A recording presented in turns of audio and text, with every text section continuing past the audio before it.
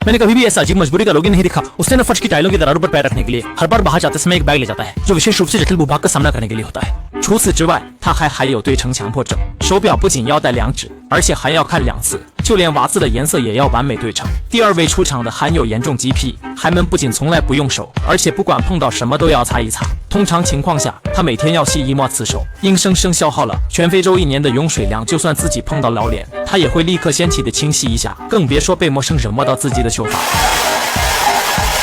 तीसरी बहन को जांच का जबरदस्त जुनून है। हर बार घर से निकलते समय वह सारी ढक्कनें अच्छे से बंद करती हैं। जैसे ही वह बस स्टॉप पर पहुंची, उन्हें याद आया कि घर की लाइट बंद नहीं की, इसलिए वह खुद को रोक नहीं पाई और घर वापस जांचने चली गईं। जैसे ही वह मुश्किल से बस में बैठी, उन्होंने दूसरों को कहते सुना कि हाल ही में चोरियां बढ़ गई हैं, इसलिए वह एक बार फिर से तेजी से घर लौट गईं। अगर वह घर वापस नहीं जाती तो पूरे दिन परेशान रहती। इसी तरह वह रोज घर और बाहर के बीच दौड़ती रहती है। चौथी एक सामान्य दिखने वाली प्यारी लड़की है, लेकिन कौन जानता था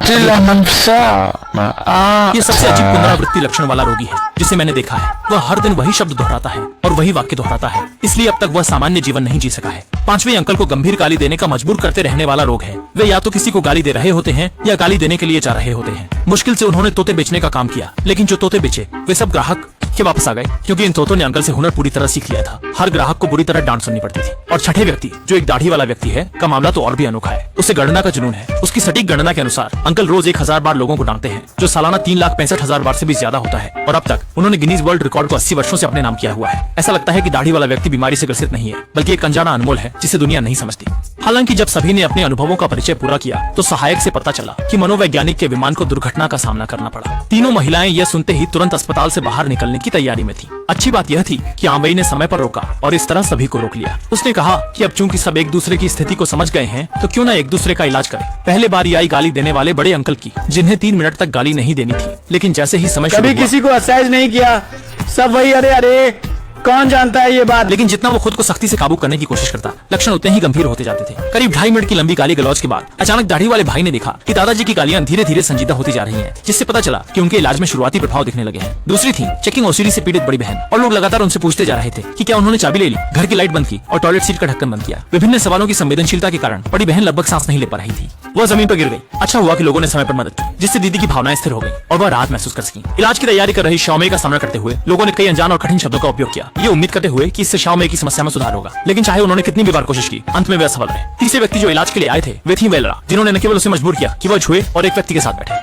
मार बड़े की सीट, और उन्होंने उसके हाथ को सिंक पर बार बार रगड़ दिया, यह सोचकर कि उसकी स्वच्छता की प्रवृत्ति को पूरी तरह से सुधार देंगे। नतीजा अपेक्षित था और एक शब्द में विफलता। चौथे व्यक्ति थे सड़क पर चलते समय दरारों को न छूने वाले, और उसके रोग को पूरी तरह सुधारने के लिए लोगों ने उसकी आंखें ढक दी। लगा था कि स्थिति में कुछ सुधार होगा, लेकिन जब उन्होंने आंखों की पट्टी हटाई तो वही स्पष्ट तौर पर 5वां व्यक्ति था, जो गणना जुनूनी विकार से पीड़ित है। और लोग कतार बनाकर सवाल पूछ रहे थे, परंतु चाहे लोग कितने भी अंकों का जोड़ घटाना या गुणा करें।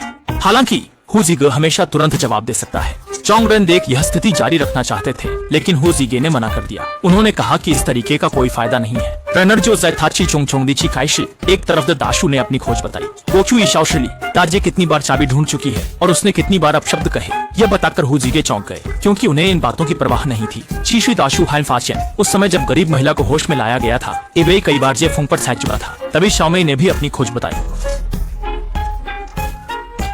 फिर तुम्हारी माँ को एक सुझाव दो। या जब पता चला कि माइला को बड़ी बहन की बचाव के दौरान शारीरिक संपर्क हुआ था, लेकिन माइला ने तुरंत हाथ नहीं धोए थे, तो इससे साबित होता है कि लोग आपातकालीन स्थिति संभालते समय अपने ओसीडी को भूल जाते हैं। इसलिए 6 लोगों ने मिलकर एक ग्रुप चैट बनाई, जिसका नाम रखा ओसीडी गेट टुगेदर, और तय किया कि वे हर महीने एक दूसरे का इलाज करेंगे। इसके बाद अंकल अकेले ही अस्पताल लौट गए, क्योंकि दरअसल वही लेटाए हुए मनोवैज्ञानिक थे। उन्होंने इस अजीब तरीके से न केवल दूसरों का इलाज किया, बल्कि खुद को भी ठीक किया। फिल्म यही समाप्त होती है।